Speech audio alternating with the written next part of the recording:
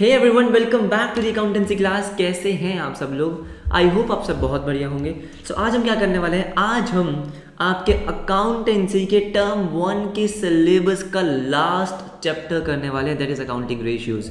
तो हमने जो ये सिलेबस था आई थिंक अप्रैल में स्टार्ट किया था, है ना। तब से लेके अब तक जितने भी चैप्टर्स आपके एग्जाम्स में आने वाले हैं टर्म 1 के, जितने भी हर चैप्टर के कॉन्सेप्ट्स थे प्लस हर चैप्टर की एमसीक्यू वीडियोस हमने सब कवर करी है।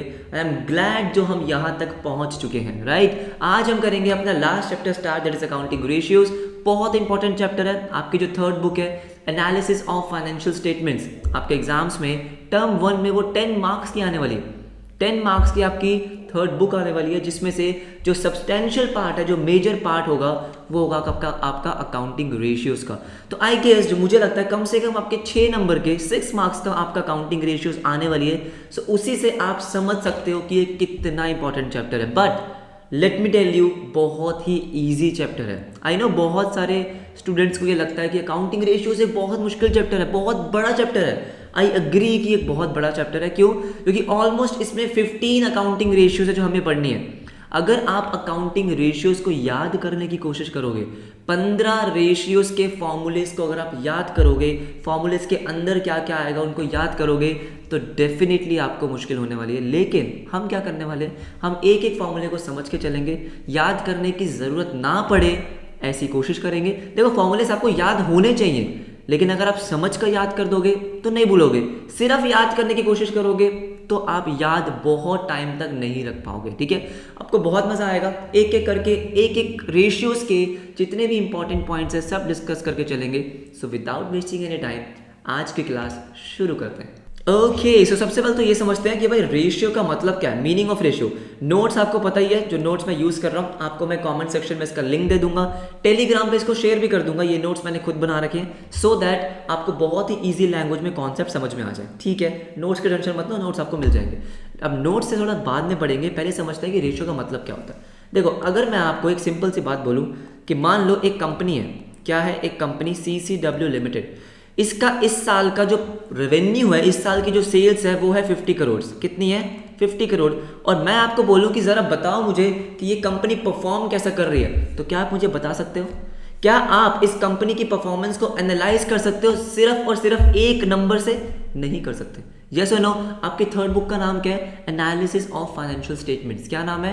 Analysis of financial statements. Financial statements क्या होते हैं? फर्स्ट चैप्टर में हमने पढ़ लिया, बैलेंस शीट पूरा पढ़ लिया, प्रॉफिट एंड लॉस पढ़ लिया, statement of profit and loss, right. अब उस बैलेंस शीट को, उस statement of profit and loss को एनालाइज कैसे करना है, उसका एनालिसिस कैसे करना है, कहाँ पढ़ने वाले हैं? अकाउंटिंग रेशियोज में। अकाउंटिंग रेशियो का मतलब क्या है? अकाउंटिंग रेशियो एक टूल है, ठीक है, एक टूल है जिसको हम यूज करते हैं किसी की भी बैलेंस शीट या प्रॉफिट एंड लॉस को एनालाइज करने के लिए। अगर मैंने आपको बोला कि एक कंपनी का रेवेन्यू है 50 करोड़, क्या आप उस कंपनी के बारे में कुछ बता सकते हो? नहीं बता सकते, बिल्कुल नहीं बता सकते। लेकिन अगर मैं आपको बोल दूं कंपनी के उस साल का जो प्रॉफिट है वो है 10 करोड़, कितना है? 10 करोड़, क्या अब आप कुछ बता सकते हो? हाँ, क्या?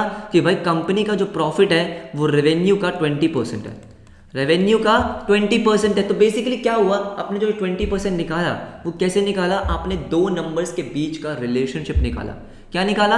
कि भाई दो नंबर्स आपस में कैसे रिलेटेड है, ये आपने क्या किया? निकाला है, एक्सप्रेस किया है, राइट। तो अकाउंटिंग रेशियोज यही करता है। तो हम रेशियोज में यही सीखने वाले हैं कि जो आपकी फाइनेंशियल स्टेटमेंट्स होती है, आपकी बैलेंस शीट होती है, आपकी statement of profit and loss होती है, राइट, उसमें जो आप नंबर्स लिखते हो उन नंबर्स के बीच का रिलेशनशिप कैसे एक्सप्रेस करना है, राइट। अभी तो आपने नंबर्स लिख दिए, क्या वो नंबर्स खुद से कुछ बोलेंगे? नहीं, आपको उन नंबर्स के बीच का एक रिलेशनशिप निकालना होगा। जैसे मैंने निकाला रेवेन्यू और सेल्स के बीच में, वैसे ही आप किसी की चीज़ में, किसी भी चीज़ में निकाल सकते हो। आप एक्सपेंसेस और रेवेन्यू का निकाल सकते हो, यस और नो? बैलेंस शीट में एसेट और लायबिलिटी का निकाल सकते हो। किसी भी दो नंबर्स का रिलेशनशिप निकालना इज कॉल्ड रेशियोज। रेशियोज क्या करता है? Ratio is an arithmetical expression. Arithmetical का मतलब क्या होता है? नंबर्स के फॉर्म में एक्सप्रेस करना is arithmetical. Arithmetical expression of relationship between two items of financial statement. Simple सी बात, जो आपकी फाइनेंशियल स्टेटमेंट्स है, किसी भी दो नंबर के बीच का अगर आप रिलेशनशिप निकाल रहे हो, एक्सप्रेस कर रहे हो नंबर्स की फॉर्म में, एरिथमेटिकल का मतलब क्या है? नंबर्स की फॉर्म में, उसको आप क्या बोलते हो? रेशियो एनालिसिस, ठीक है। It describes significant relationship which exist between various items of a balance sheet and statement of profit and loss. क्या ये बात सबको समझ में आती है? क्लियर है, राइट? रेशियो का मतलब क्या होता है? बहुत कुछ ज़्यादा मुश्किल नहीं था, सिंपल सा मीनिंग था। अब उसके बाद इंपॉर्टेंट क्या है? उसके बाद इंपॉर्टेंट है types of accounting ratios. Accounting ratios के अलग अलग टाइप्स हैं, और आज जो हम कवर करने वाले हैं, आज हम पूरी की पूरी कवर करेंगे लिक्विडिटी रेशियोज को। तो लिक्विडिटी रेशियोज आपको क्या बताएंगे? लिक्विडिटी रेशियोज का मतलब क्या है? लिक्विडिटी रेशियो से आप ये कैलकुलेट करोगे कि जो आपकी कंपनी है, क्या वो अपनी short term liabilities, short term obligations को पे कर सकती है या नहीं कर सकती। मतलब लेट्स से अगर आपको 6 महीने बाद क्रेडिटर्स को पेमेंट करनी है, कंपनी को 6 महीने बाद किसी को पेमेंट करनी है, तो क्या कंपनी उस 6 महीने बाद उस पेमेंट को कर सकती है या नहीं कर सकती? क्या उसके पास इनफ एसेट्स हैं या नहीं हैं? तो बेसिकली मैं सिंपल वर्ड्स में बोलूं, लिक्विडिटी रेशियोज कंपनी की शॉर्ट टर्म फाइनेंशियल हेल्थ को बताती है कि कंपनी अपनी शॉर्ट टर्म ऑब्लिगेशंस को टाइम पे करने के सक्षम है या नहीं है। सक्षम बेसिकली क्या वो केपेबल है या नहीं है, राइट? ठीक है। Liquidity refers to the firm's ability is a word to meet its current obligations. Current obligation मतलब जो आपकी शॉर्ट टर्म लाइबिलिटी है, राइट? जो बेसिकली आपको 1 साल के अंदर अंदर, 12 महीने के अंदर अंदर या ऑपरेटिंग साइकिल के अंदर अंदर पे करनी होती है। जैसे आपके क्रेडिटर्स होते हैं, क्रेडिटर्स को अगर आपको पेमेंट करनी है तो आप लिक्विडिटी रेशियो में क्या चेक कर रहे हो? क्या कंपनी अपने क्रेडिटर्स को, अपने किसी और शॉर्ट टर्म लायबिलिटी को पे करने के लिए एबल है, केपेबल है या नहीं है, राइट? उसके 2 टाइप्स होते हैं, करंट रेशियो और क्विक रेशियो या लिक्विड रेशियो। ये 2 रेशियो आज हम बहुत डिटेल में समझेंगे। उसके बाद आती है आपकी सॉल्वेंसी रेशियो। अब सॉल्वेंसी रेशियो क्या निकालती है?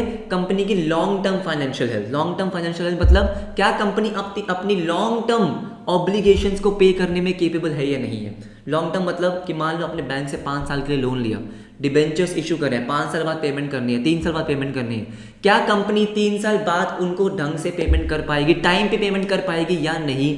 ये मैं कहाँ देखूंगा? सोल्वेंसी रेशियोज में। देखो, the ratios assess the ability of the business to meet long term financial obligations. तो अगर आप शॉर्ट टर्म की बात करो, अगर आपको देखना है कि कंपनी शॉर्ट टर्म में अपनी फाइनेंशियल ऑब्लिगेशंस मीट कर सकती है नहीं कर सकती, लिक्विडिटी रेशियोज। अगर लॉन्ग टर्म के लिए आपको देखना है तो क्या है? Solvency ratios. बहुत सारी सॉल्वेंसी रेशियोज होती है जो बाद में हम बहुत डिटेल में डिस्कस करेंगे। उसके बाद आपकी आती है एक्टिविटी रेशियोज या टर्नओवर रेशियोज। इनको हम एफिशिएंसी रेशियो भी कहते हैं। तो एफिशिएंसी रेशियो क्यों हम कैलकुलेट करते हैं? ये देखने के लिए कि कंपनी अपने रिसोर्सेज को कितनी एफिशिएंसी से यूज कर रही है, राइट? कितने एफिशिएंसी से यूज कर रही है मतलब कि लेट्स से जो कंपनी के पास रिसोर्सेज हैं, जो कंपनी की वर्किंग कैपिटल है, कंपनी के पास जो एसेट्स हैं, कंपनी के जो लाइबिलिटीज हैं, जितने भी रिसोर्सेज हैं, उनको वो यूज कैसे कर रही है, कितनी एफिशिएंटली वो यूज कर रही है, ये मैं कहाँ देखूंगा? एक्टिविटी रेशियोज में, ठीक है? इसकी भी अलग अलग रेशियोज होती हैं, आराम से समझेंगे, कोई जल्दी नहीं है, बस ढंग से हमें समझना है। प्रॉफिटेबिलिटी रेशियो का बहुत सिंपल सा मतलब है कंपनी की प्रॉफिटेबिलिटी को असेस करना। वो हम कहाँ सीखेंगे? प्रॉफिटेबिलिटी रेशियोज में, राइट? जैसे आपकी ग्रॉस प्रॉफिट रेशियो है, कंपनी का जो ग्रॉस प्रॉफिट है वो रेवेन्यू को कितना परसेंटेज है, नेट प्रॉफिट रेवेन्यू का कितना परसेंटेज है, ये सब हम कहाँ सीखेंगे? प्रॉफिटेबिलिटी रेशियोज में। तो हमें ये सिर्फ मीनिंग अभी समझना था। मेन जो आज हम करने वाले हैं दैट इज लिक्विडिटी रेशियोज। कि लिक्विडिटी रेशियोज हम कैसे कैलकुलेट करेंगे, कौन कौन से उसके टाइप्स हैं, सब कुछ करने वाले हैं। सो आओ फटाफट से लिक्विडिटी रेशियोज को स्टार्ट करते हैं। ओके, सो लिक्विडिटी रेशियोज में जो हमारी सबसे पहली रेशियो है वो है हमारी करंट रेशियो, राइट? हमने अभी देखा कि लिक्विडिटी में 2 रेशियोज हम पढ़ने वाले हैं, करंट और क्विक। करंट और क्विक में बहुत छोटा सा डिफरेंस है जो हम आगे देखेंगे। तो करंट रेशियो क्या बताती है? देखो, सिंपल सी बात है, लिक्विडिटी में हम पढ़ने ये वाले हैं कि कंपनी क्या अपनी शॉर्ट टर्म ऑब्लिगेशंस को मीट कर सकती है या नहीं कर सकती, पे कर सकती है या नहीं कर सकती। अगर आपके पास क्रेडिटर्स हैं तो क्या क्रेडिटर्स को पे करने के लिए आपके पास उतने एसेट्स हैं या नहीं, ये हम देखेंगे करंट रेशियो में। देखो, current ratio expresses the relationship between current assets और करंट लायबिलिटी। करंट का मतलब क्या? Short term. करंट का मतलब जो 12 महीने के अंदर अंदर खत्म हो जाए। लायबिलिटी एसेट दोनों की बात कर रहे हैं, ठीक है? करंट एसेट्स मतलब जिनको आप 12 महीने या ऑपरेटिंग साइकिल के अंदर अंदर कैश में कन्वर्ट कर सकते हो। करंट लायबिलिटी मतलब जिसको आपको 12 महीने या आपके ऑपरेटिंग साइकिल में पे करना है। यस और नो? तो करंट रेशियो में मैं ये देखने वाला हूँ कि क्या कंपनी की जो करंट लायबिलिटीज हैं, जैसे कि क्रेडिटर्स, जैसे कि आपके आउटस्टैंडिंग एक्सपेंसेस, उसको पे करने के लिए क्या कंपनी के पास इनफ एसेट्स हैं या नहीं।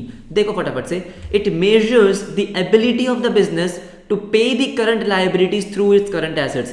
करंट लाइबिलिटी को पे करने के लिए क्या उनके पास करंट एसेट्स है या नहीं। बहुत सिंपल सी बात है, फॉर्मूला याद करने की जरूरत ही नहीं है, आपको पता चल गया। करंट रेशियो में आप दो आइटम्स का रिलेशनशिप एस्टैब्लिश करने वाले हो, करंट एसेट और करंट लाइबिलिटी। क्योंकि करंट जब मैं वर्ड यूज करता हूं तो हमारे दो ही करंट होते हैं, करंट एसेट होता है और करंट लाइबिलिटी होते हैं, बात ही खत्म। Current asset divided by current liabilities. इसका मतलब क्या है कि अगर आपके करंट लाइबिलिटी 100 है तो आपके करंट एसेट्स कितने हैं, यस और नो। लेट्स से अगर आपके करंट एसेट 200 हैं तो इसका मतलब है कि करंट रेशियो बताएगी आपको कि करंट एसेट आपके 2 टाइम्स है ऑफ योर करंट लाइबिलिटीज। ठीक है, अब इसमें इंपॉर्टेंट चीज क्या है कि करंट एसेट्स में आप क्या इंक्लूड करोगे और करंट लाइबिलिटीज में आप क्या इंक्लूड करोगे। मैंने आपको पूरी लिस्ट दी है कि करंट एसेट इंक्लूड्स आपका कैश।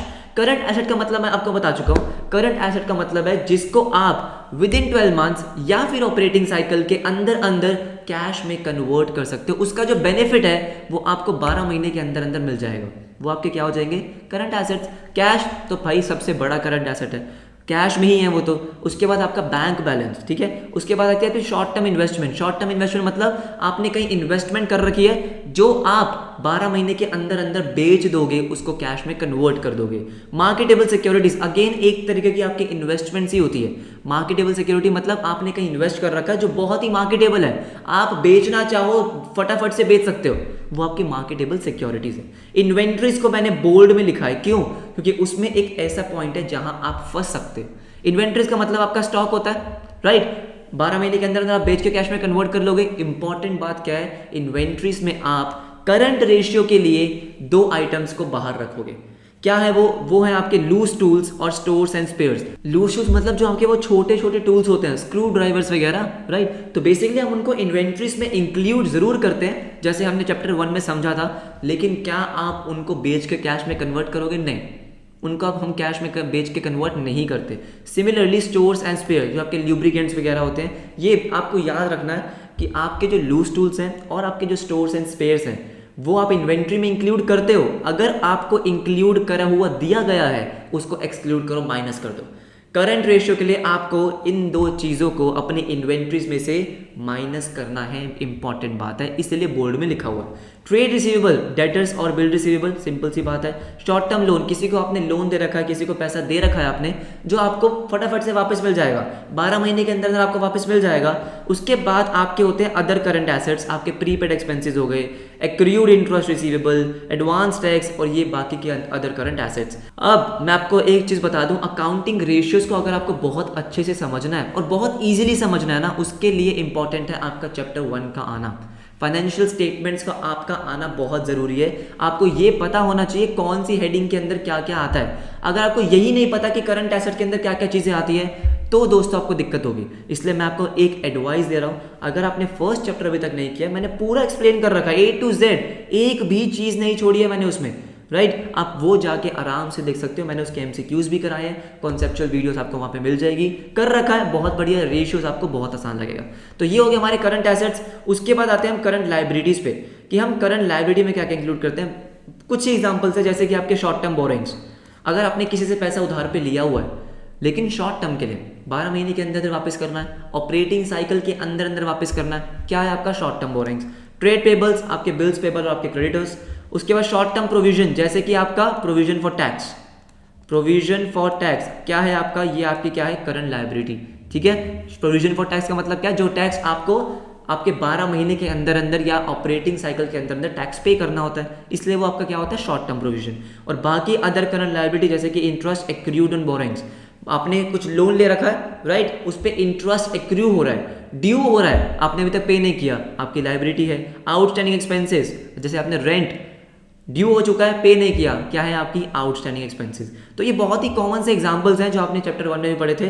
आपको इनको ज़्यादा कुछ याद करने की जरूरत नहीं है, 2-3 बार पढ़ोगे दिमाग में फिट हो जाएगा। करंट एसेट आपको पता है कौन से हो गए, करंट लायबिलिटी आपको पता है कौन से हो गए। सिंपली हमें क्या करना है, करंट एसेट को करंट लायबिलिटी से डिवाइड करना है और आपकी करंट रेशियो आ जाएगी।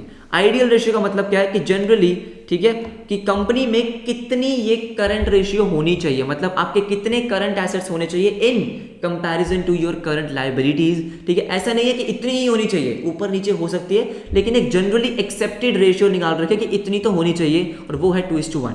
2:1 का मतलब क्या है कि अगर आपके करंट लायबिलिटी 1 रुपए की है तो उसके लिए 2 रुपये के आपके पास करंट एसेट्स होने चाहिए। यस और नो, करंट लायबिलिटी को पे करने के लिए कम से कम 2 रुपये के करंट एसेट होने चाहिए। अगर है तो उससे पता चलेगा कि भाई कंपनी की जो शॉर्ट टर्म फाइनेंशियल हेल्थ है वो काफ़ी स्ट्रांग है, वो अपनी शॉर्ट टर्म ऑब्लिगेशंस को आराम से टाइम पे कर सकती है। अगर 2:1 से बहुत कम है, इसका मतलब कंपनी सही नहीं है, कंपनी अपनी शॉर्ट टर्म फाइनेंशियल ऑब्लिगेशंस पे करने के लिए एबल नहीं है, कैपेबल नहीं है, तो उस कंपनी में प्रॉब्लम है। इतनी बात आपको समझ में आती है? बिल्कुल आती है। कुछ इंपॉर्टेंट पॉइंट्स मैंने यहाँ पे लिखे हैं जो बहुत इंपॉर्टेंट है एमसीक्यूज के पॉइंट ऑफ व्यू से। मुझे ऐसा लगता है कि इनमें से कोई एमसीक्यू बन सकता है। तो देखो क्या है, फर्स्ट पॉइंट क्या है, high ratio means better liquidity position. Obvious सी बात है कि अगर कंपनी की करंट रेशियो हाई है, इसका मतलब कंपनी की फाइनेंशियल पोजीशन स्ट्रांग है। लेकिन अगर बहुत ज्यादा हाई है, लेट्स से रेशियो आ रही है 10:1, करंट लायबिलिटी 1 रुपए की है लेकिन करंट एसेट 10 रुपए के हैं, क्या वो सही है? नहीं। क्यों? क्योंकि एक बात बताओ, अगर करंट एसेट आपके इतने ज्यादा हो चुके हैं तो इसका मतलब क्या है कि बिजनेस अपने करंट एसेट्स को सही से मैनेज ही नहीं कर रहा। हाँ या ना? देखो करंट एसेट्स में आपका क्या क्या आएगा, कैश, इन्वेंट्री, डेटर्स, ये सब मेन चीजें हैं। मान लो अगर आपकी इन्वेंट्री बहुत ज्यादा है, इसका मतलब क्या हो रहा है कि भाई कंपनी उस इन्वेंट्री को, उस स्टॉक को बेच ही नहीं पा रही। अगर डेटर्स बहुत ज्यादा है, इसका मतलब कंपनी अपने डेटर्स से टाइम पे पैसा कलेक्ट ही नहीं कर पा रही। अगर कैश बहुत ज्यादा हो गया, इसका मतलब कैश को मैनेज ही नहीं कर पा रही। भाई अगर तुम्हारे पास कैश पड़ा हुआ है, बैंक बैलेंस पड़ा हुआ है, वो बैठे बैठे कौन से लड्डू दे रहा है, जाके कहीं इन्वेस्ट करो, अपने पास क्यों रखे हुए हैं? इसका मतलब क्या? पुअर मैनेजमेंट है। ये सुनो, तो बहुत ज्यादा हाई भी नहीं होनी चाहिए। देखो high ratio means better liquidity position, बहुत सही बात है, लेकिन but very high current ratio means poor operational efficiency. Poor operational efficiency मतलब कंपनी अपने बिजनेस ऑपरेशंस को एफिशिएंटली मैनेज नहीं कर रही है। क्यों? एग्जाम्पल्स लिखे हुए हैं, बिजनेस में have excessive stock due to poor sales. भाई क्या पता आपके करंट एसेट में मेजर क्वांटिटी आपके स्टॉक की हो, इसका मतलब आप बेच नहीं पा रहे। Large amount is pending with trade receivable, अगर आपके डेटर्स बहुत ज्यादा है, आप अमाउंट कलेक्ट नहीं कर पा रहे। और अगर कैश और बैंक बैलेंस बहुत ज्यादा है तो आप ढंग से मैनेज नहीं कर पा रहे। बात समझ में आई? तो बहुत ज्यादा भी नहीं होनी चाहिए, लेकिन बहुत कम भी नहीं होनी चाहिए, क्योंकि अगर बहुत कम है इसका मतलब यह है कि कंपनी में रिस्क है। कंपनी में रिस्क है कि क्या पता वो अपने शॉर्ट टर्म ऑब्लिगेशंस को टाइम पे ही ना कर पाए, कंपनी सही नहीं है। देखो low ratio means low liquidity and it puts the business at a risk of facing a situation where it will not be able to pay its short term debts on time. बिल्कुल सही बात है, right. अब उसके बाद एक last point है जो बहुत इंपॉर्टेंट है। क्या है? मेरी बात ध्यान से सुनो। हम करंट एसेट में क्या निकाल रहे हैं कि भाई जो आपके करंट एसेट्स हैं, अगर मैं उन सबको बेच दूं, जो मेरे पास कैश आएगा वो मैं यूज कर लूंगा अपनी करंट लायबिलिटी को पे करने के लिए। करंट रेशियो का यही मतलब है कि अपनी करंट लायबिलिटी को पे करने के लिए आपके पास कितने करंट एसेट्स हैं। अब आपको पता है कि डेटर्स के लिए आप एक प्रोविजन क्रिएट करते हो, कंपनी एक प्रोविजन क्रिएट करती है, प्रोविजन फॉर डाउटफुल डेट। अब उस प्रोविजन का मतलब क्या होता है? उस प्रोविजन का मतलब होता है कि कंपनी ये एक्सपेक्ट कर रही है, कंपनी ने ये एस्टिमेट किया है कि इतना अमाउंट शायद फ्यूचर में उसको रिसीव नहीं होगा। फॉर एग्जाम्पल, अगर कंपनी के जो डेटर्स हैं मान लो कितने हैं, 1 लाख रुपीज, अच्छा ठीक है, और कंपनी ने प्रोविजन क्रिएट कर रखा है 10,000 का, तो इस 10,000 का मतलब यह है कि कंपनी को ऐसा लग रहा है कि शायद ये 10,000 मुझे रिसीव नहीं होंगे। तो उनको क्या लग रहा है कि डेटर से कितना अमाउंट रिसीव होगा, 90,000, तो मैं अपने करंट एसेट्स में 90,000 ही इंक्लूड करूंगा। हाँ या ना? क्यों? क्योंकि मुझे क्या चाहिए कि मुझे कैश कितना रिसीव हो जाएगा जिससे मैं अपनी करंट लायबिलिटी पे कर सकूं। तो कैश तो आपको 90,000 रिसीव होने वाला है। तो जब भी आपको प्रोविजन दे रखा होगा, याद रखना कि डेटर्स में से प्रोविजन लेस करने के बाद ही आपको उसको अपने एसेट में इंक्लूड करना है। सिंपल सी बात है। तो ये हमने समझ लिया अपना करंट रेशियो। एग्जाम्पल्स देखेंगे कि इंपॉर्टेंट क्वेश्चंस आपके पेपर में कैसे आ सकते हैं, सारे एग्जाम्पल देखेंगे, टेंशन मत लो, फटाफट से देखो। अब देखो एग्जाम्पल नंबर 1 मैंने आपको दे रखा है, बहुत सारे आइटम्स आपको गिवन है और बहुत अच्छा एग्जाम्पल है ये, इससे हमारे बहुत सारे कॉन्सेप्ट क्लियर हो जाएंगे। एग्जाम्पल आपको गिवन है, तो आपको बेसिकली चाहिए क्या? आपको चाहिए कि आप निकाल लो करंट एसेट कितने हैं, आप निकाल लो करंट लायबिलिटी कितने हैं, दोनों को डिवाइड तो करना है, बस इतना आसान है। अब करंट एसेट्स में क्या क्या आएगा, देखो सबसे पहले आपका कैश एंड कैश इक्विवेलेंट्स, क्या आपके करंट एसेट में आएगा? बिल्कुल आएगा। तो करंट एसेट में 10,000 आपने प्लस कर दिए, प्लस उसके बाद ट्रेड रिसीवेबल, क्या आपके करंट एसेट में आएगा? बिल्कुल आएगा। लेकिन ध्यान से देखो, उसके नीचे आपको क्या दिया हुआ है? Provision for doubtful debt. क्या दिया हुआ है? Provision for doubtful debt. अभी अभी हमने डिस्कस किया, जो भी आपके ट्रेड रिसीवेबल्स होंगे, मतलब डेटर्स और बिल रिसीवेबल, अगर कंपनी ने उस पर प्रोविजन क्रिएट कर रखा है, इसका मतलब ये कि कंपनी एक्सपेक्ट कर रही है कि ये 1000 शायद रिसीव ना हो, तो कंपनी को नेट अमाउंट रिसीव होने के चांसेस कितने हैं? 71 माइनस 170,000। तो करंट एसेट में आप 70,000 लोगे, बस इतनी बात आपको ध्यान रखनी है, ठीक है। Short term investment again current asset plus 20,000।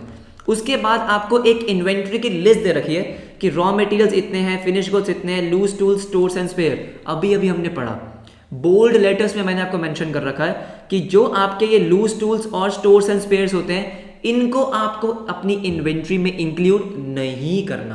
तो ये दोनों आइटम्स को आप इग्नोर करोगे। रॉ मटेरियल ले लो, फिनिश गुड्स ले लो, प्लस कर दूंगा इसमें 80,000, प्लस कर दूंगा इसमें 60,000, ठीक है। इन्वेंट्री भी हो गई। उसके बाद है प्रीपेड एक्सपेंसेस, आपके करंट एसेट्स हैं 10,000 प्लस कर दिया। प्लांट एंड मशीनरी आपका नॉन करंट एसेट है, नहीं आएगा। प्रोविजन फॉर टैक्सेशन आपकी करंट लायबिलिटी होती है, तो करंट लायबिलिटी में आप इसको प्लस कर दोगे, ठीक है। आउटस्टैंडिंग एक्सपेंसेस अगेन आपकी लायबिलिटी है करंट 5,000 प्लस, प्लस आपने क्रेडिट कर दिए 70,000, और क्वेश्चन यहाँ पे आपका खत्म हो गया। करंट एसेट को हम प्लस करेंगे 10,000 plus 70,000 plus 20,000, 80,000, 60,000, 10,000 and answer is 2,50,000। Answer मतलब करंट एसेट, ठीक है। करंट लायबिलिटी निकालो 25,000, 5,000, 70,000, 1 लाख, कितना है? 1 लाख, ठीक है भाई, 1 लाख आ गया। फॉर्मूला क्या है? Current asset divided by current liability. Current assets कितने हैं आपके? 2,50,000, करंट लायबिलिटी कितनी है? 1 लाख। अब इसको एक्सप्रेस कैसे करना है? आपको प्योर फॉर्म में एक्सप्रेस करना है। रेशियोज को एक्सप्रेस करने के अलग अलग फॉर्म्स होते हैं, जो मैं आपको आराम से बाद में समझाऊंगा जैसे जैसे हम रेशियोज करते हो जाएंगे। एक होती है प्योर फॉर्म। प्योर फॉर्म का मतलब क्या होता है? जैसे मैं इसको डिवाइड करूंगा तो ये आएगा 2.5:1। This is the pure form of ratio, है ना। जो बीच में मैंने जो 2 डॉट्स लगाई है, यहाँ पे मैंने क्या मेंशन किया कि अगर आपकी करंट लायबिलिटी 1 रुपये है, उसके लिए आपके पास करंट एसेट है 2.5। ये मेरी क्या है? Current ratio. अगर मैं सिंपली आपसे पूछूं, अगर क्वेश्चन में ये पूछा गया कि बताओ कंपनी की शॉर्ट टर्म हेल्थ कैसी है, शॉर्ट टर्म फाइनेंशियल हेल्थ कैसी है, आप कहोगे जी बहुत बढ़िया है, मस्त है, कोई दिक्कत नहीं है, कोई दिक्कत नहीं है। 1 रुपये को पे करने के लिए आपके पास 2.5 रुपये हैं, बढ़िया है। क्योंकि आइडियल रेशियो क्या होती है? 2:1, उसके आसपास ही है ना भाई, 2.5:1 है, सही है, बहुत ज़्यादा भी नहीं है, कम तो है ही नहीं, तो ठीक है। क्या ये बात आपको समझ में आती है? ये हो गया आपका पहला एग्जाम्पल। दूसरा एग्जाम्पल देखो। ओके, जो सेकंड एग्जाम्पल है इसको जरा ध्यान से समझेंगे। Calculate the current ratio from the following information, ठीक है। आंसर बिल्कुल नहीं देखना, आगे बंद कर लो, आंसर को नहीं देखना, एग्जाम्पल को देखो। आपको गिवन है टोटल एसेट्स, अच्छा ठीक है, फिक्स्ड टैंजिबल एसेट, अच्छा ठीक है, शेयर होल्डर्स फंड्स, ठीक है, नॉन करंट लायबिलिटी और नॉन करंट इन्वेस्टमेंट। अरे बाबा, अरे बाबा, ना तो कहीं पे करंट एसेट गिवन है, ना ही कहीं पे करंट लायबिलिटी गिवन है, लेकिन उसको निकालने के लिए इन्होंने सारी इन्फॉर्मेशन दे रखी है। अगेन मैं आपको बार बार बोल रहा हूँ, फर्स्ट चैप्टर इंपॉर्टेंट है, बैलेंस शीट का फॉर्मेट आपको पता होना चाहिए, ठीक है। अब मेरी बात समझो, टोटल एसेट्स आपको गिवन है 5 लाख, हाँ जी गिवन है। उसके बाद आपको फिक्स्ड टैंजिबल एसेट गिवन है और नॉन करंट इन्वेस्टमेंट गिवन है।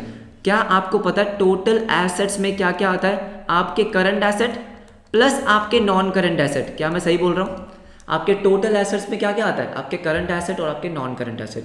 टोटल एसेट आपको गिवन है, बिल्कुल गिवन है। करंट एसेट हमें चाहिए लेकिन वो गिवन नहीं है। नॉन करंट एसेट में क्या क्या आता है? आपके फिक्स्ड एसेट भी आएंगे जो दे रखे हैं, और आपकी नॉन करंट इन्वेस्टमेंट भी आएगी। तो इसका मतलब नॉन करंट एसेट दे रखे हैं, बिल्कुल दे रखे हैं। क्या मैं करंट एसेट निकाल सकता हूँ? ईजिली निकाल सकता हूँ। देखो टोटल एसेट है आपके 5 लाख के, मैंने यहाँ पे सॉल्व कर रखा है लेकिन मैं आपको सॉल्व करके दिखा रहा हूँ। 5 लाख के, ठीक है। करंट एसेट तो मुझे निकालने हैं। नॉन करंट एसेट में क्या क्या आएगा? एक तो आपके tangible assets fixed long term के लिए होते हैं, नॉन करंट है। 2,50,000 प्लस 1,50,000 कितना आ गया? ये 4 लाख। तो मुझे साफ साफ दिख रहा है कि मेरा जो करंट एसेट है वो कितना आ गया? 1 लाख। चलो भाई निकाल लिया, लेकिन करंट लायबिलिटी तो बची है, हाँ है ना, करंट लायबिलिटी बची है। अब उसको कैसे निकालेंगे? मेरी बात ध्यान से सुन लो, ध्यान से सुन लो। उसके लिए आपको एक तो शेयर होल्डर्स फंड्स गिवन है, जो आपकी फर्स्ट हेडिंग होती है इक्विटी एंड लायबिलिटीज में, बिल्कुल। नॉन करंट लायबिलिटी गिवन है, अच्छा ठीक है, समझ में आती है बात। अगर मुझे ये पता चल जाए इक्विटी एंड लायबिलिटीज टोटल कितनी है, जैसे मेरे को टोटल एसेट पता था, जैसे मैंने देखा था कि भाई मेरे टोटल एसेट में करंट एसेट आते हैं और नॉन करंट एसेट आते हैं। सिमिलरली मुझे पता है कि भाई जो इक्विटी एंड लायबिलिटी है उसमें मेरे शेयर होल्डर्स फंड्स आते हैं, आपके करंट लायबिलिटी आती है और आपके नॉन करंट लायबिलिटी आती है। ये 3 हेडिंग आती है नहीं आती? आती है ना, बिल्कुल आती है। शेयर होल्डर्स फंड्स आपको पता है, नॉन करंट लायबिलिटी भी आपको पता है, करंट लायबिलिटी आप निकाल सकते हो, लेकिन मुझे उसके लिए क्या चाहिए? Total of equity and liabilities, हाँ या ना? अब बच्चे समझ चुके होंगे कि भाई total of equity and liabilities is equals to total of asset. भाई बैलेंस शीट की जो दोनों साइड होती है, दोनों इक्वल होती है या नहीं होती? जो टोटल ऑफ एसेट होगा वही तो total of equity and liabilities होगा। हाँ जी, राइट। तो मैं बोल सकता हूं कि 5 लाख मतलब total of equity and liabilities is equal to shareholders funds. कितने आपके? 3,20,000 के। और क्या आता है उसमें? करंट लायबिलिटी निकालनी है प्लस नॉन करंट लायबिलिटी आपको गिवन है 130। मैं बार बार आपको कह रहा हूं ये सब फर्स्ट चैप्टर का लेखा जोखा है, यस और नो? फर्स्ट चैप्टर कर लेना। करंट लायबिलिटी मैं निकालूंगा 5 lakh minus 320, 180 minus 130, 50। Current liability आ गई मेरी 50,000 आ गई। करंट रेशियो तो निकाल सकते हो आप। 1 lakh divided by 50,000, 2:1 is the answer. क्या आपको समझ में आया? राइट। दोनों एग्जाम्पल हमने समझ लिए कि कैसे हो सकते हैं। क्या हमारा खत्म हो चुका है? नहीं, अभी 2 एग्जाम्पल्स हमें और करने हैं। तो जितने भी इंपॉर्टेंट क्वेश्चंस आपकी इस रेशियो से बन सकते हैं वो सब कराऊंगा आज आपको। करंट रेशियो कंप्लीट करके ही जाएंगे, टेंशन मत लो। देखो एग्जाम्पल नंबर 3 क्या है? एग्जाम्पल नंबर 3 में आपको दे रखी है वर्किंग कैपिटल 9 लाख रुपीज की, ट्रेड पेबल्स 90,000 के, अदर करंट लायबिलिटी 2,10,000 की, और बोल रहे करंट रेशियो निकालो। क्या आपको कहीं भी करंट एसेट दिख रहे हैं? नहीं। करंट लायबिलिटी दिख रही है? हाँ। Trade payables current liability, other current liability current liability. तो करंट लायबिलिटी तो पता है लेकिन करंट एसेट नहीं पता। लेकिन यहाँ पे आपको एक नया वर्ड गिवन है, वर्किंग कैपिटल। बात अपने यहाँ पे फिट कर लो, working capital equals to current asset minus current liability. जो आपकी बिजनेस की वर्किंग कैपिटल होती है उसका मतलब क्या होता है कि आपके पास बिजनेस करने के लिए कितना कैपिटल है, working day to day business के लिए कितना कैपिटल है। क्या फॉर्मूला है कि आपके एसेट कितने हैं उसमें से माइनस कर दो आपकी करंट लायबिलिटी जो आपको पे करनी होगी। तो जो आपके पास तब एसेट्स बचेंगे वो आपकी होती है वर्किंग कैपिटल। सिंपल सा formula, current asset minus current liability. ठीक है, वर्किंग कैपिटल कितनी है? 9 लाख रुपीज। करंट एसेट कितने हैं यही तो निकालना है। करंट लायबिलिटी कितनी है? 90,000 प्लस 2,10,000, 3 लाख।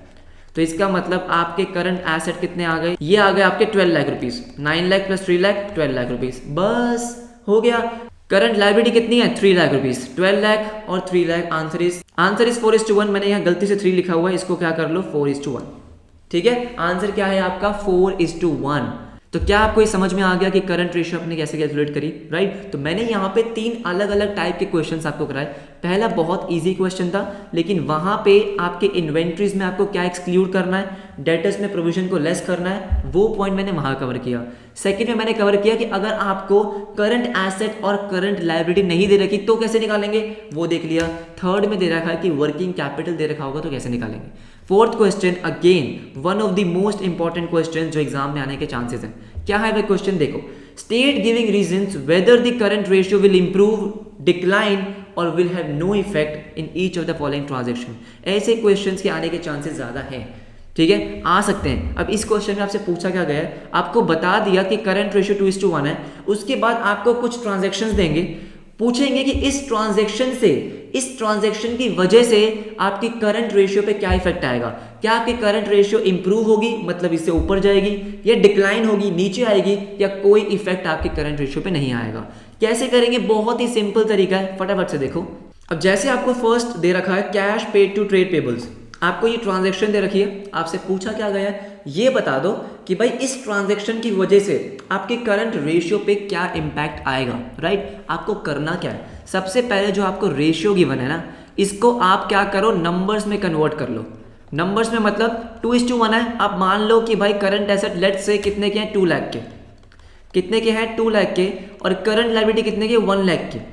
अब ऐसे करने से होगा क्या, जब आप नंबर्स में प्लस माइनस करके देखोगे ना, आप इजीली उसको क्या कर सकते हो, आप इजीली उसको देख सकते हो कि भाई इंप्रूव हो रहा है या डिक्लाइन हो रहा है। कैसे? देखो, अब आपको पता है आपके करंट एसेट 2 लाख है, करंट लायबिलिटी 1 लाख है। ठीक है, आपने बोला कि भाई ट्रांजैक्शन है cash paid to trade payables, amount तो गिवन नहीं है, कोई भी अमाउंट इमेजिन कर लो, कोई भी अमाउंट एज्यूम कर लो, किसी को कोई फर्क नहीं पड़ रहा। लेट्स से आपने एज्यूम किया कि ट्रेड पेबल जो आपने पे करे हैं वो है 50,000। कुछ भी एज्यूम कर सकते हो, 5000, 10,000, 100, 200, 500, 1000, कुछ भी, राइट। मैंने कितना एज्यूम किया? 50,000। क्यों? डिवाइड करने में आसानी होगी। देखो आपने क्या किया, ट्रेड पेबल्स को पे किया है, कितने के थे? 50,000 के। अब सोचो क्या इफेक्ट आएगा। ट्रेड पेबल्स आपने पे करे, ट्रेड पेबल्स आपके क्या है? Current liability. करंट लायबिलिटी आपकी 50,000 से कम हो गई, आपने पे कर दिए। पे कर दिए मतलब आपका कैश भी कम हो गया, कैश कम हो गया मतलब करंट एसेट भी 50,000 से कम हो गए, हाँ है ना। तो इसका मतलब आपके करंट एसेट कितने हुए? 150 के, और लायबिलिटी कितने की हो गई? 50 की। डिवाइड किया, आंसर आएगा 3:1। आपको साफ साफ दिख गया कि भाई इस ट्रांजेक्शन की वजह से आपकी करंट रेशियो इंप्रूव हुई है। बस ऐसे करना है आपको, सिर्फ नंबर्स इमेजिन करो, एज्यूम करो और रेशियो कैलकुलेट करते चलो, ठीक है। सेकंड क्या है? Bills payable discharge. डिस्चार्ज का मतलब क्या है कि आपने बिल्स पेबल की पेमेंट कर दी। अब बिल्स पेबल आपके क्या होती है? Again current liability. सेम, मान लो 50,000 के बिल्स पेबल थे, देखो मैंने कर रखा है यहाँ पे 50,000 के बिल्स पेबल मान लो, ठीक है। अब इससे क्या होगा? आपका एक तो कैश रिड्यूस होगा 50,000 का, पे करा है ना भाई। डिस्चार्ज का मतलब क्या है? पे करना। और आपके बिल्स पेबल क्या है? करंट लायबिलिटी, वो भी कम हो जाएगी, कितने से? 50,000 से। Again exact same method, again exact same answer. Current asset 50,000 से कम हो गए, बिल्कुल हो गए, कितने हो गए? 150 के। करंट लायबिलिटी 1 लाख रुपीज की थी, अगेन 50,000 से कम हो गई, कितने हो गई? 50,000। Same answer, 3:1 improve. इंक्रीज होगी तो इंप्रूव, डिक्रीज होगी तो डिक्लाइन, राइट। थर्ड एग्जांपल देखो क्या है, कुछ यहाँ पे आपको दिख रहा होगा मैंने ट्रांजेक्शन्स को बोल्ड किया है, क्यों? क्योंकि वो ट्रांजेक्शन एग्जाम में आने के चांसेस ज्यादा होते हैं, क्योंकि वो ट्रांजेक्शन थोड़ी अलग होती है, समझेंगे उनको। अब थर्ड ट्रांजेक्शन क्या है? Bills receivable endorsed to a creditor. अब जिन बच्चों ने 11th पढ़ी है उनको तो एंडोर्समेंट का मतलब पता होगा। जो बच्चे 11th में मौज मस्ती ऑनलाइन कर कर आए हैं, सबको पता है कि सबने क्या किया है, उनको दिक्कत होगी, मैं समझाता हूँ। एंडोर्समेंट का मतलब क्या है? आपके पास क्या एक बिल था जिसको मैं बोलता हूँ बिल रिसीवेबल। बिल रिसीवेबल का मतलब है कि कुछ टाइम पीरियड के बाद, मान लो 3 महीने के बाद, इस बिल के अगेंस्ट में आपको पैसे मिल जाएंगे, ठीक है, डेटर्स की तरह मान के चलो, ठीक है। अब ये बिल आपने किसको दे दिया? आपका एक क्रेडिटर था। क्या था? आपका एक क्रेडिटर था जिसको आपने एग्जैक्ट सेम अमाउंट की पेमेंट करनी थी। मान लो ये बिल कितने का? 50,000 का, और ये क्रेडिटर कितने के थे? 50,000 के। तो आपने सोचा कि मैं इस क्रेडिटर को भी क्या देता हूँ? बिल दे देता हूँ, पैसे मिल जाएंगे क्रेडिटर को, मेरा काम खत्म, हाँ है ना। मैं नहीं तो मैं वैसे क्या करता कि मुझे 3 महीने बाद बिल से पैसे मिलते और 3 महीने बाद मैं क्रेडिटर को पेमेंट करता। तो मैंने क्या कहा कि क्रेडिटर भाई साहब सुनो, ये रहा बिल, साइन करे हुए हैं, 3 महीने बाद पेमेंट मिल जाएगी, ले लेना भाई। समझ में आती है बात? ठीक है। अब इससे हुआ क्या? आपका बिल गया, आपका बिल आपके पास से गया, इसका मतलब एसेट कम हो गए। और क्योंकि आपने क्रेडिटर को एक तरीके से पेमेंट कर दी, उसको पेमेंट मिल जाएगी, तो आपका क्रेडिटर भी क्या हो गया? कम हो गया। सेम चीज, करंट एसेट कम हो गए क्योंकि बिल गया, और क्रेडिटर को क्योंकि आपने एक तरीके से पेमेंट तो कर ही दी, तो आपके क्रेडिटर भी कम हो गए। करंट एसेट भी उतने से कम हुआ और करंट लायबिलिटी भी। अगेन सेम आंसर कि करंट एसेट कितने का हो जाएगा? 150 का। 2 लाख का था, 2 लाख का, 50,000 का बिल था मान लो, अगेन कितने के हो गए? 150 के। करंट लायबिलिटी 1 लाख की थी, मान लो क्रेडिटर कितने के थे? 50 के, अगेन क्या हो गए? 50,000। Same answer, 3:1 improve. तीनों एग्जांपल समझ में आए? ये तीनों आसान थे। अब देखो फोर्थ क्या है, मेरी बात ध्यान से सुनोगे। फोर्थ में बोल्ड में लिखा हुआ है, इसका मतलब ये इंपॉर्टेंट है। इसका मतलब ये नहीं कि बाकी सब इंपॉर्टेंट नहीं है, ये थोड़ा एक्स्ट्रा इंपॉर्टेंट है, थोड़ा ज्यादा ध्यान लगाना है, ठीक है। Payment of final dividend already declare. Payment of final dividend already declare. अब मेरी बात ध्यान से सुनो, अब मैं आपको इसका पूरा प्रोसेस समझाता हूँ कि होता क्या है। सबसे पहले डायरेक्टर्स एक डिविडेंड को प्रपोज करते हैं। प्रपोज मतलब एक रिकमेंडेशन देते हैं कि शेयर होल्डर्स को इतना डिविडेंड हम दे सकते हैं। क्या कंपनी की वो लायबिलिटी होती है? नहीं। लायबिलिटी कब बनती है? जब शेयर होल्डर्स उस डिविडेंड को अप्रूव कर देते हैं। समझ में आए? अच्छी बात है, नहीं आएगा तो बहुत इंपॉर्टेंट नहीं है, मैं आपको प्रोसेस समझा रहा हूँ, ये पॉइंट समझाने के लिए, ठीक है। शेयर होल्डर्स उसको अप्रूव करते हैं, जब शेयर होल्डर्स उसको अप्रूव कर देते हैं तब वो कंपनी की बन जाती है लायबिलिटी, कि अब कंपनी ने इतना डिविडेंड पे करना ही करना है, तो इतना डिविडेंड कंपनी डिक्लेयर कर देती है। तो इसका मतलब क्या हुआ? कंपनी जब डिविडेंड को डिक्लेयर करती है, कब करती है? शेयर होल्डर्स के अप्रूवल के बाद। कंपनी ने डिविडेंड को डिक्लेयर किया, कंपनी की बन गई लायबिलिटी की। अब कंपनी को हर शेयर होल्डर को वो डिविडेंड देना है, ये बात समझ में आती है। अब लायबिलिटी बन गई, तो इसका मतलब क्या है? जब डिविडेंड डिक्लेयर हुआ तो लायबिलिटी बन गई। जब वो लायबिलिटी आप पे कर दोगे, मतलब जब वो डिविडेंड आप पे कर दोगे, आपकी लायबिलिटी खत्म। यहां पे क्या लिखा? Payment of final dividend already declared. इसका मतलब डिक्लेयर हो चुका था, मतलब आपकी लायबिलिटी वो बन चुकी थी। कौन सी लायबिलिटी? Current liability. आपने पेमेंट कर दी, पेमेंट कर दी, एसेट कम, लायबिलिटी कम। सेम यस और नो? देखो मैंने इसकी एक्सप्लेनेशन आपको दे रखी है कि assume payment of final dividend declared is ₹50,000। अब 50,000 की अगर आपने पेमेंट करी तो आपका एसेट, आपका जो कैश है 50,000 से कम हुआ, और क्योंकि आप डिक्लेयर पहले ही कर चुके थे मतलब आपकी लायबिलिटी तो थी वो करंट लायबिलिटी, वो भी क्या हो गई, कम हो गई। Same answer 3:1 improve. समझ में आ गया? इंपॉर्टेंट था। ठीक है, फिफ्थ क्या है देखो फटाफट से। फिफ्थ है बहुत आसान, purchase of stock in trade on credit. आपने कुछ गुड्स खरीदे हैं, कुछ गुड्स खरीदे हैं क्रेडिट पे। किस पे? क्रेडिट पे। गुड्स खरीदे तो इन्वेंट्री बढ़ गई, गुड्स खरीदे तो इन्वेंट्री बढ़ गई, और क्योंकि उधार पे खरीदे, क्रेडिट पे परचेज किए, आपके क्रेडिटर भी बढ़ गए। यस और नो? तो देखो मैंने इसका आंसर क्या लिखा है कि मान लो purchase of stock in trade to be 50,000। 50,000 के आपने गुड्स परचेज करे तो आपका स्टॉक बढ़ा 50,000 से और आपके क्रेडिटर्स बढ़ गए 50,000 से। एसेट कितने हो गए? 2 लाख के थे, 50,000 का स्टॉक बढ़ा 250। उसके बाद करंट लायबिलिटी 1 लाख की थी, 50,000 की आपने और क्रेडिटर कर दिए तो 150, डिवाइड करोगे 1.67। अब क्या हुआ? डिक्लाइन। क्यों? पहले कितना था? 2:1, अब कितना हो गया? 1.67। इसे मैं क्या बोलूंगा? डिक्लाइन। क्या आपको समझ में आया? राइट, नेक्स्ट पार्ट देखो। अब जो नेक्स्ट पार्ट है अगेन मैंने बहुत ही बोल्ड कर रखा है। क्यों? क्योंकि इंपॉर्टेंट है और बच्चों को समझने में दिक्कत होती है, समझा के चलूंगा। ठीक है, bills receivable endorse to a creditor dishonour. ध्यान से मेरी बात सुनो कि इसका मतलब क्या है। ठीक है, देखो अब हुआ क्या था, ये हो आप CCW लिमिटेड। कौन हो? ये आप हो। ठीक है, आपको क्या हुआ, मान लेते हैं कि ये आपका कोई कस्टमर था। क्या था? कस्टमर। कस्टमर मान लो, आपका डेटर मान लो। ठीक है, इससे आपको साइन करके बिल मिल गया था और ये बिल आपका बना बिल्स रिसीवेबल। Bills receivable. ठीक है, अब बिल्स रिसीवेबल आपका था 50,000 का। कितने का? 50,000 का। ठीक है, अब आपका कोई क्रेडिटर भी था, मतलब आपने कुछ गुड्स परचेज करे थे। किस पे? उधार पे। अच्छा ठीक है, और इसको भी आपने 50,000 पे करने थे। ठीक है, अब हुआ क्या, यही बिल आपने इसको एंडोर्स कर दिया। ये अभी हमने समझा था, समझा था या नहीं समझा था? बिल्कुल समझा था। जैसे ही आपने एंडोर्स किया, आपने क्या किया होगा, अपने बिल्स रिसीवेबल को तो माइनस कर दिया होगा कि मेरा एसेट गया और मेरी लायबिलिटी भी चली गई। हाँ या ना? आपने अपने बुक्स से उस क्रेडिटर को हटाया होगा और अपने बिल्स को हटाया होगा। बिल्कुल। अब यहां लिखा कि ये बिल हो गया डिसऑनर। क्या हो गया? डिसऑनर। डिसऑनर का मतलब क्या है कि इस कस्टमर ने जो पैसे देने थे 50,000 वो नहीं दिए। इस कस्टमर ने इस क्रेडिटर को जो पैसे देने थे वो नहीं दिए। अब होगा क्या इससे? अब मेरी बात ध्यान से सुनो।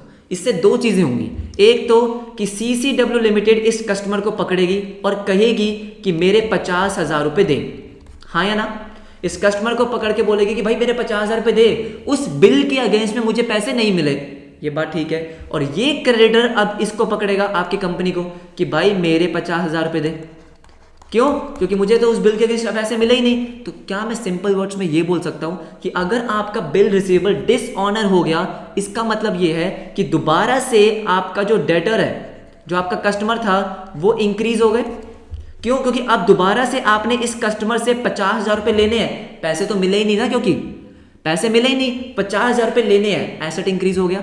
दोबारा से इस क्रेडिटर को 50,000 रुपए देने पड़ेंगे। क्यों? क्योंकि पैसे दिए कहां आपने, उसको पैसे मिले ही कहां। तो आपकी लायबिलिटी भी इंक्रीज हो गई और आपके एसेट भी इंक्रीज हो गए। किससे? बिल रिसीवेबल डिसऑनर की वजह से। क्या आपको पूरा प्रोसेस समझ में आया? बस यही था। आ जाओ फटाफट से, क्या लिखा है मैंने, देखो कि assume bill receivable endorse to a creditor dishonour is 50,000। तो इससे होगा क्या? This will lead to increase in the balance of bill receivable. दोबारा से अब आपके एसेट इंक्रीज होंगे, दोबारा से आपके डेटर इंक्रीज होंगे कि भाई अब दोबारा से आप उसको बोलोगे कि ला मेरे पैसे लेकर आ, उस बिल के अगेंस्ट मुझे पैसे नहीं मिले। दोबारा से उसको बोलोगे कि पैसे दे, एसेट इंक्रीज हो गया और क्रेडिटर भी इंक्रीज हो गए, क्योंकि आपने पेमेंट करी कहाँ, उसको पेमेंट मिली कहाँ। यस और नो? 250 हो गए आपके एसेट, 2 लाख थे, 50,000 से इंक्रीज हुए 250, और लायबिलिटी कितनी हो गई? 1 लाख थी, 50,000 से इंक्रीज हुई, तो आपका आंसर आया 1.67:1। अगेन क्या हो गया यार? डिक्लाइन। क्या आपको ये बात समझ में आती है? राइट, इंपॉर्टेंट था, मैंने आपको इसलिए पूरा समझा दिया। ठीक है, नेक्स्ट देखो। नेक्स्ट ट्रांजेक्शन आपकी क्या है? सेल ऑफ फिक्स्ड एसेट्स, जिसकी बुक वैल्यू थी 50,000। कितने का पे किया आपने? कितने का बेचा है? 60,000 का। 60,000 है ये। ठीक है, इसको मैं इरेज कर देता हूँ। कितना है ये? 60,000। ठीक है, अब देखो इससे हुआ क्या, ध्यान से मेरी बात समझोगे। आपने एक फिक्स्ड एसेट बेचा जिसकी बुक वैल्यू कितनी थी 50,000, मतलब आपके जो एसेट थे वो तो कितने से कम हो गए, फिक्स्ड एसेट कितने से कम हो गए 50,000 से। मुझे एक बात बताओ, आपके फिक्स्ड एसेट कम हुए, क्या करंट रेशियो पे कोई इफेक्ट आएगा? नहीं, उसका तो कोई इफेक्ट नहीं आएगा। लेकिन आपने बेचे कितने के, 60,000 के, कितने के, 60,000 के। अब 60,000 तो आपको कैश रिसीव हुआ ना, 60,000 तो आपको कैश रिसीव हुआ, बस एक वही इफेक्ट आएगा। क्या इसका कोई करंट लायबिलिटी पे इफेक्ट आएगा? आएगा ही नहीं भाई, करंट लायबिलिटी तो कोई इन्वॉल्व ही नहीं है, हाँ या ना। सिर्फ इसमें क्या हुआ कि आपको कैश रिसीव हुआ और आपका फिक्स्ड एसेट कम हुआ। फिक्स्ड एसेट का मुझे यहाँ पे कुछ लेना देना है नहीं, कैश आपका इंक्रीज हो गया, बस वही लेना देना है, यस और नो। तो हुआ क्या, देखो, fixed asset having book value 50,000 is sold for 60,000 which means fixed asset will decrease by 50,000, ठीक है, और कैश जो आपका करंट एसेट है will increase by 60,000। So current assets will eventually increase by 60,000, ठीक है। यहाँ मैंने 10 गलती से लिख दिया, आप कितना कर लेना उसको 60,000, क्यों? क्योंकि आपका कैश ही तो इंक्रीज हुआ है ना, और तो कुछ इफेक्ट है ही नहीं, आपका कैश इंक्रीज हुआ 60,000 से, और ना तो कोई करंट एसेट पे इफेक्ट आया, ना ही आपके करंट लायबिलिटी पे। कैश इंक्रीज हुआ मतलब आपका करंट एसेट इंक्रीज हुआ कितने से, 60,000 से। तो 2 लाख के एसेट थे, 60,000 आपने प्लस किए, 260 हो गए, और लायबिलिटी पे क्योंकि कोई इफेक्ट नहीं आया, वो 1 लाख की 1 लाख ही रह गई। आंसर आ गया 2.6:1। तो आपकी जो रेशियो है वो हो गई इंप्रूव।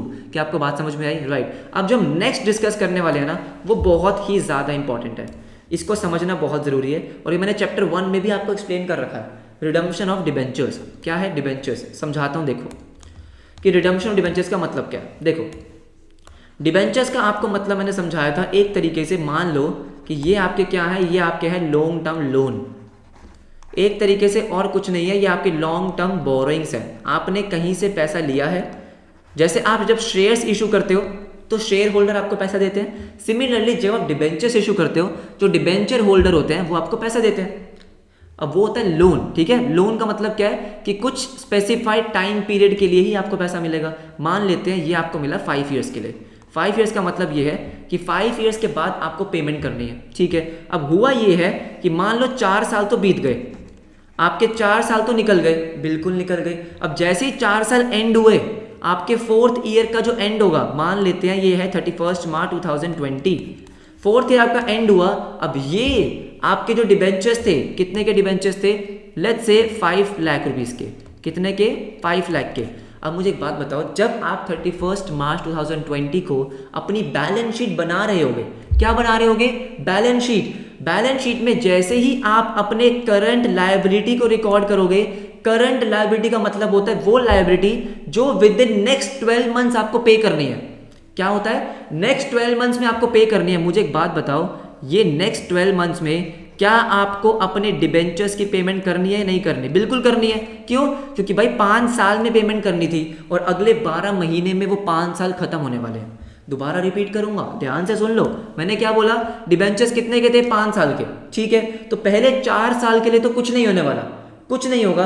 जैसे ही चौथा साल खत्म हुआ, 31 मार्च 2020 आया, आप अपनी करंट लायबिलिटीज को रिकॉर्ड कर रहे हो, और आपने देखा कि अगले 12 महीने में मुझे इन डिबेंचर्स की पेमेंट करनी है। क्या करनी है, डिबेंचर्स की पेमेंट करनी है। अब 5 लाख की पेमेंट आपको अगले 12 महीने में करनी है। तो अब जो आपकी ये लॉन्ग टर्म बोरोइंग्स थी, ये बन गई आपकी करंट लायबिलिटी। क्यों? क्योंकि करंट लायबिलिटी का मतलब ये है कि वो लायबिलिटी जो आपको पे करनी है with in next 12 months, yes और नो। और मैंने आपको इसका नाम भी बताया था, इसको हम बोलते हैं current मैच्योरिटीज, current मैच्योरिटीज of long term debt, of long term debt. क्या मतलब है इसका, कि जो डेट आपका लॉन्ग टर्म के लिए था, अब उसकी मैच्योरिटी आ गई है अगले 12 महीने में। अब आपकी वो क्या बन गई है, आपकी करंट लायबिलिटी बन गई है।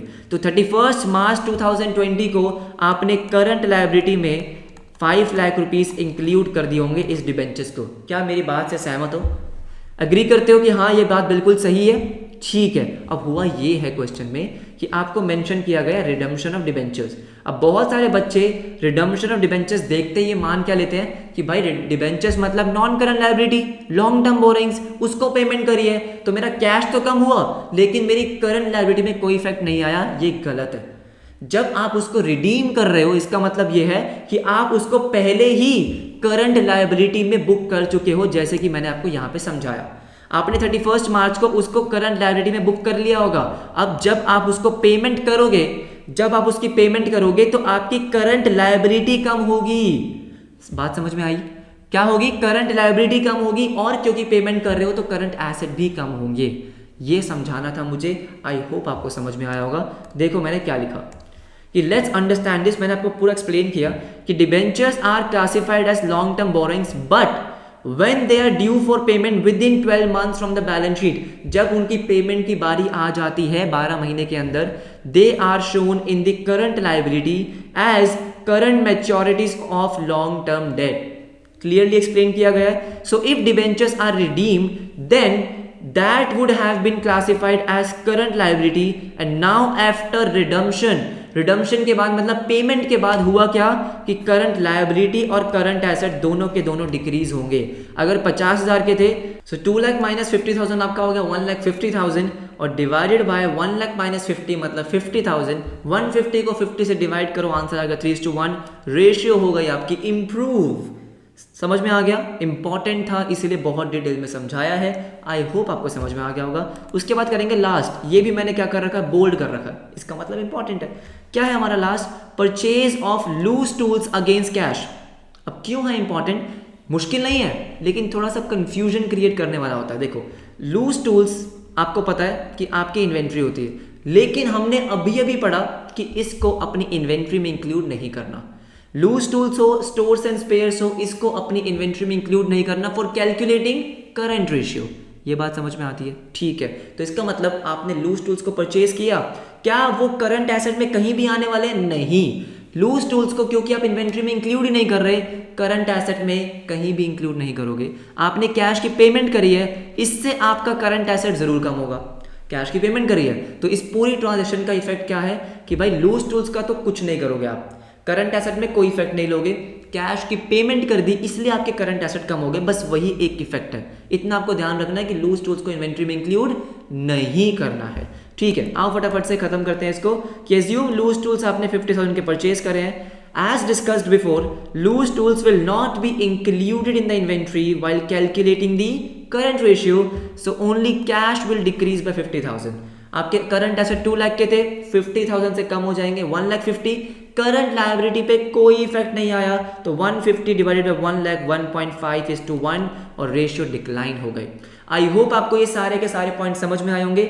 मैंने बहुत डिटेल में आपको समझाया, हर टाइप का क्वेश्चन एक्सप्लेन किया है, तो करंट रेशियो में बोल सकता हूं कि हमारी हो चुकी है complete. Right, I know video काफी लंबी हो गई होगी, लेकिन मुझे क्योंकि एक एक पॉइंट समझाना था, मैं चाहता 20-22 मिनट में आपको एक्सप्लेन करके चला जाता, उसका मतलब नहीं था ना दोस्तों। मैं चाहता हूं कि आपको अगर मैं एक रेशियो एक्सप्लेन कर रहा हूं तो A to Z जितना भी उस रेशियो में इंपॉर्टेंट पॉइंट है मैं सब आपको समझा के जाऊं। आपको बस एक बार इस वीडियो को देखना है, नोट्स में मैंने आपको सब कुछ दे रखा है, उसके बाद आराम से नोट्स पढ़ो, कोई दिक्कत नहीं है, दोबारा पढ़ने की जरूरत नहीं है, दोबारा वीडियो देखने की जरूरत नहीं है। राइट, सो आई होप आपको समझ में आया होगा सब कुछ। नहीं समझ में आया, कॉमेंट सेक्शन आपके लिए है, टेलीग्राम आपके लिए है, इंस्टाग्राम आपके लिए है, कहीं भी आप मुझसे डाउट पूछ सकते हो। तो मिलेंगे आपसे नेक्स्ट क्लास में क्विक रेशियो के साथ, तब तक के लिए बाय बाय।